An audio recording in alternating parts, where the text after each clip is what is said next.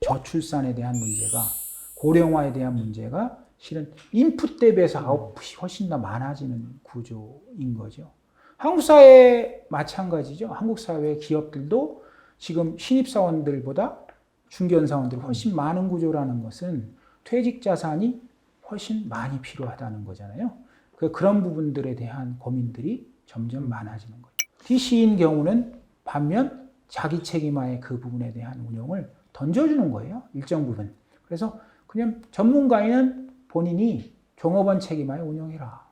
한국 사회에 그 종업원 책임화에 자기가 운용할 수 있는 그런 형태는 우리가 아직 가장 이상적인 건 유대인들이겠죠. 그런 형태가 되려면 사회 전체가 금융지식과 금융교육과 또 우리 같은 사업자들과 또 금융, 방송, 또 거버넌스들이 전체적으로 투자에 대한 개념들을 이해하고 투자와 투기가 다르다는 것을 인식시키고 거기에 통해서 이 목적에 맞는 형태의 투자 운용이 가장 중요하다는 거예요. 그럼 DC형의 경우에는 네. 어느 정도 자기가 스스로 운영해야 된다. 그럼요. 근데 그 포트폴리오에 네. 그래도 주식과 같은 네. 큰 수익을 낼 수 있는 네. 그렇지만 리스크가 큰 이런 그렇죠. 자산의 비중이 좀 있어야 된다. 이런 말씀이신 것 같은데. 그거는 본인들이 그런 것들을 선택하든지 아니든지는 개인의 선택인 거죠. 그러니까 반드시 해야 된다는 게 아니죠. 왜냐하면 그거는 개인의 성향인 겁니다. 근데 내가 리스크를 지더라도 내가 그 퇴직 자산을 목표 수익률을 예를 들어서 3% 잡을 수도 있고 5% 잡을 수도 있고 10% 잡는 사람도 있는 거죠. 근데 DB보다는 더 적극적으로 운용을 하고자 하니까 DC를 갖겠죠. 그런 부분들은 리스크 테이킹을 어느 정도 한다는 거죠. IRP 같은 경우 볼까요? 지금 최근에 오늘 신문에 났지만 ETF가 모 사업자의 순간 5천억이나 늘었어요. 이 얘기인즉슨 ETF는 그냥 주식이랑 똑같은 엔터티거든요. 그 많은 변동성을 다 감내하더라도 내 퇴직 자산을 이렇게 운용하겠다라는 뜻이에요. 여기에는 수익률이 숨어 있지만 실은 나는 퇴직 후에 성과를 퇴직 후에 받을 돈이지만 이걸 운용해서 내가 더 벌어서 퇴직을 풍요로운 노후를 만들겠다 이런 취지인 거거든요. 그거에 부합하면 맞지만 그렇지 않을 수도 있다는 거죠. 우리가 투자라 투기가 너무 다르죠. 우리가 코인이라는 것도 어떤 형태로는 상당히 하나의 트렌드이기도 하지만 어떤 부분에 있어서는 조금 뭐가 되는 투기형 형태일 수도 있는 거죠. 그러니까 그런 부분들에 대한 거버넌스적 이해가 더 선행돼야 된다라고 봐야 됩니다. 네, 그러면 제가 아까도 했던 질문이지만 다시 한번 질문을 드리면 네. 자기가 그런 정도의 수익률이면 만족한다. 네. 이런 계획을 갖고 포트폴리오를 짠다. 그렇죠. 이런다고 하면 참 좋겠는데 그렇죠. 어떤 분들은 이 정도 수익률이면 나중에 노후가 풍요로워지는지 아니면 좀 가난하게 살아야 되는지 이런 계획이 없이 짜는 분들도 있을 거란 말이에요. 그렇죠. 알고 하느냐, 그렇죠. 모르고 하느냐 이게 문제일 것 같은데 그거는 결국 교육의 문제라고 생각하거든요. 그렇죠. 예. 그래서 DC형에 대해서는 교육을 적절하게 해야 될 걸로 생각을 하는데 그럼요. 1대1로 다 그거에 교육을 하게 대해서 되어 있습니다. 법정 의무 교육이 다 있고요.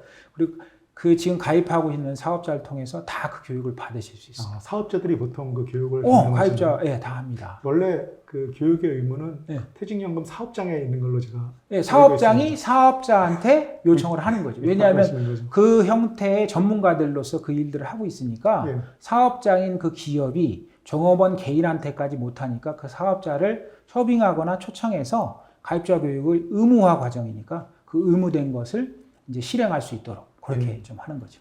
사업자 그 퇴직연금 가입자 교육이 쉽지 않은 일인데 쉽지 않습니다. 그것도 위임 받으셔가지고 하고 계시니까 일이 많으실 것 같습니다. 마지막으로 그 IRP에 대해서 제가 좀 여쭙고 싶습니다.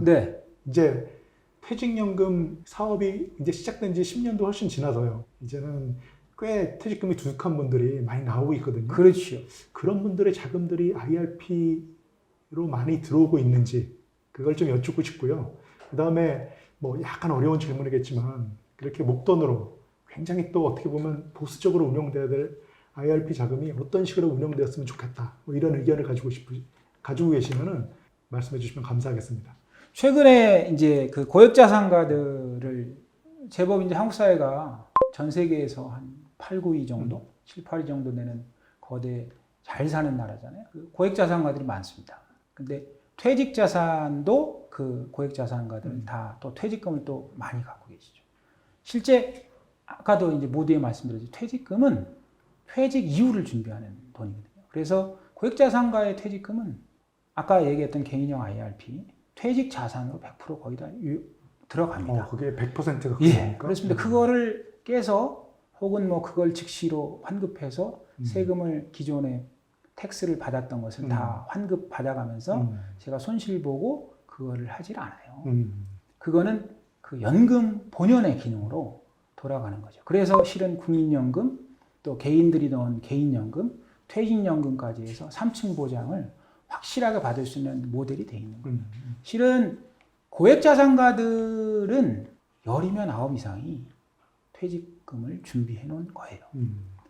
근데 실은 우리 같은 거버넌스 입장에서는 실은 그 고액자산가들의 퇴직금보다는 소위 중견, 중소, 대기업에 다니고 있는 일반 셀러리맨 혹은 한 20만 정도 되는 그 형태적 가구들, 소위 그런 대기업 집단, 중견 기업까지 하면 우리나라 한 800만 정도 되는 이런 대개의 셀러리맨들의 형태가 퇴직 이후의 삶에 대해서 아직은 미흡합니다. 그리고 실제 앞으로도 요원할 수 있습니다. 그래서 그렇기 때문에 아까 그래서 퇴직 이후에 상무님 네. 한 그 가구 내에 퇴직 이후에 자녀들이 다 성장했다는 전제에서 한 700 정도 매달 연금 수급을 하신다라고 매달 하면은 뭐 하실 것 같아요? 저는 한 달에 700이면 해외여행 한 번씩 가고 싶습니다. 그렇죠. 골프도 한 그렇죠. 달에 한 3번 정도 치고. 그렇죠. 오히려 지금보다 삶의 수준이 더 좋아질 수 있는데요. 그러네요. 애들도 그렇죠. 없으니까. 그렇죠. 왜냐하면 자녀들에 대한 그 부분이 어느 정도 퇴직 후에는 끝났다고 보니까. 근데 한국 사회는 또 자녀에 대한 의무적 그 부성애 모성애가 좀 되게 강한 나라죠. 그러다 보니까 거기에 과불입되는 경우도 있는데 실제 그런 것들을 봤을 때 우리가 퇴직 수급률을 높인다는 것은 총액을 높인다는 것은 사회가 되게 안전한 망으로 간다는 거예요. 그걸 못하기 때문에 조기 퇴직이 안 되는 거죠. 퇴직을 해서 건강한 신체와 건강한 정신으로 있을 때 유럽 여행을 해야 훨씬 재밌는 거지. 그죠? 제가 버스 타고 75세에 이태리 로마를 갔어요. 거기서 뭐 트레이븐스에서 한번 던지고 저쪽 가서 2시간 서 있으면 때 앞에서 힘들다는 거죠. 그러니까 그 얘기인 즉슨 우리가 풍요로운 노후라는 것이 말로는 우리가 풍요로운 노후를 이상적인 형태로 얘기하지만 아까 제가 일본에서 말씀드렸죠. 80세 이후의 인구는 어디 있다? 요양원에 있다. 그 얘기인 즉슨 우리가 60세부터 80세라는 이 형태에서 퇴직을 우리가 염두에 두고 있는 이 사회가 우리 거버넌스인 기업 그리고 국가 우리 같은 금융기관 사업자들 또 상무님과 같은 운용기관들 또 사업자의 각자의 역할 혹은 국민, 개인 실은 종업원 그 모든 이들이 실은 퇴직금에 대한 기본적 개념이 내 퇴직 이후의 노후재원이다. 그래서 어떤 상황에서도 이 퇴직금을 가지고 내 노후 자금이기 때문에 이것을 담보로 무엇을 한다 혹은 이 리스크를 진다 라기보다는 내가 노후에 대한 그림의 밑그림을 그리고 투비 큰 빅피처를 그린 상태에서 나의 퇴직 노후 자산을 어느 정도 운영할 것인가 운용에 대한 전문성을 본인이 적극적으로 갖고 갈 것인가 회사에 맡길 것인가 혹은 원리금에 안정적으로 운영할 것인가 적극적 개입을 통해서 성과를 더 추구할 것인가 이런 것들은 선택의 문제죠. 선택은 자유입니다. 그죠? 그거에 대한 결과는 거기에 대한 따라오는 거고요.